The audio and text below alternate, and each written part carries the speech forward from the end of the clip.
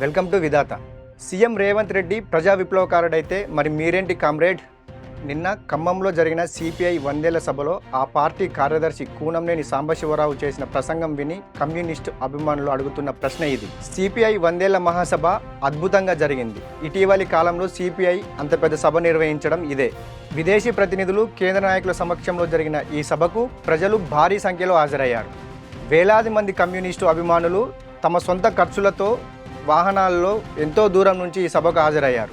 ఇంత గొప్పగా జరిగిన సభలో ఆ నాయకులు ఇచ్చిన ఉపన్యాసాలు ఎంత ఉత్సాహాన్ని ఇచ్చాయో తెలియదు, కానీ ఆ పార్టీ కార్యదర్శి కూనంనేని సాంబశివరావు ముఖ్యమంత్రి రేవంత్ రెడ్డి, ఉప ముఖ్యమంత్రి బట్టి విక్రమార్కను పొగుడుతూ చేసిన ప్రసంగం మాత్రం కమ్యూనిస్టు అభిమానులను విస్మయానికి గురిచేశాయి.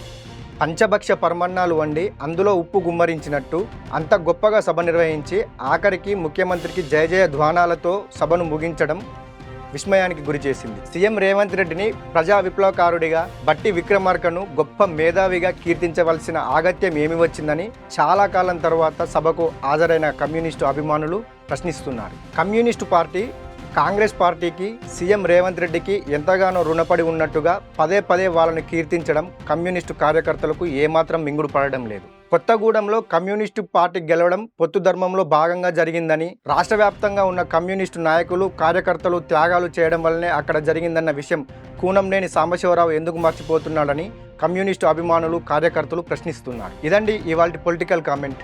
ఇలాంటి ఆసక్తికరమైన విషయాల కోసం విధాతను ఫాలో అవ్వండి.